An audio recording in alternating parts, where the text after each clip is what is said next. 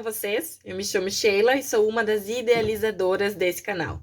Hoje nós vamos falar dos tipos de variáveis.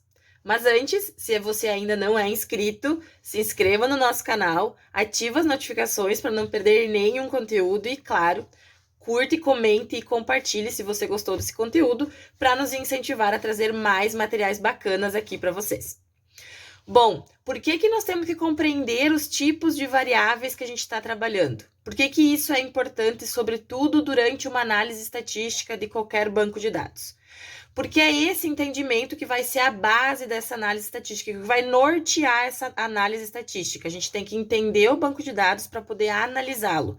E cada tipo de variável vai requerer uma abordagem estatística diferente. O que isso quer dizer?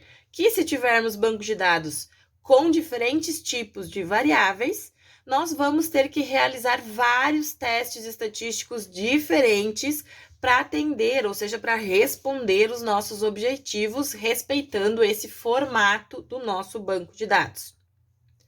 Mas afinal, quais que são então os tipos de variáveis que nós podemos ter? Basicamente, a gente pode dividir o nosso banco de dados em duas classes, que são as variáveis quantitativas e as variáveis qualitativas.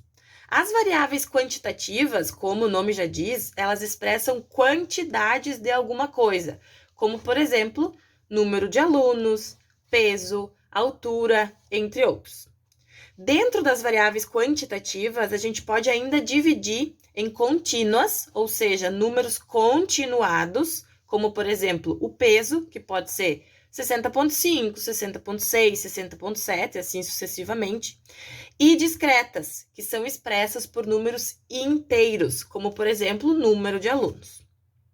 Já quando a gente fala das variáveis qualitativas, elas expressam qualidades, como, por exemplo, cor dos olhos, colocação em uma premiação, escolaridade, e podem ser divididas em nominais, que é o caso, por exemplo, da escolaridade, né? Por exemplo, ensino médio, graduação, pós-graduação, ou ordinais, que expressam alguma ordem ou classe. Por exemplo, faixa etária, 20 a 30 anos, 40 a 50 anos, sexo, feminino, masculino, entre outras, né? Ou respostas também binárias, que seriam aquelas variáveis que têm como resposta sim ou não.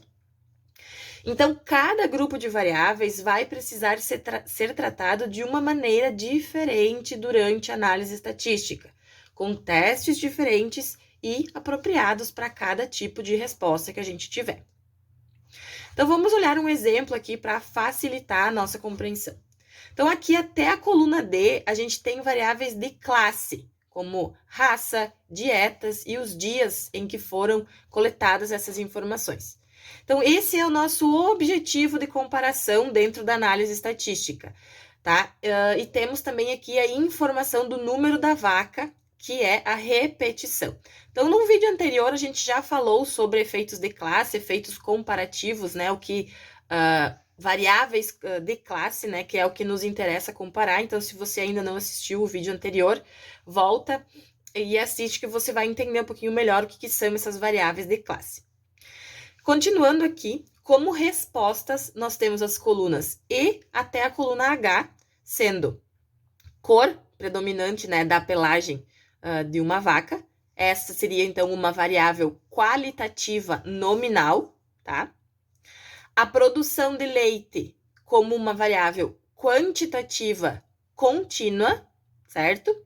Aqui temos também o score de relutância durante a ordenha, que classifica, né, essas vacas de acordo com a sua agressividade durante o momento da ordenha.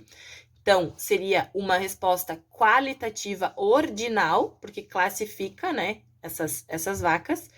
E, por fim, o número de coices, que expressa uma contagem, sendo, por exemplo, então, uma variável quantitativa discreta. Ok? Espero ter te ajudado aí nessa classificação, nessa identificação dos tipos de variável. Então, aproveita essa dica, tá? Particiona o teu banco de dados de acordo com os tipos de variáveis respostas que você tenha, e isso vai te ajudar bastante a conhecer os teus dados e estruturar a sua análise estatística, com os testes, então, que sejam mais adequados para cada tipo de dado.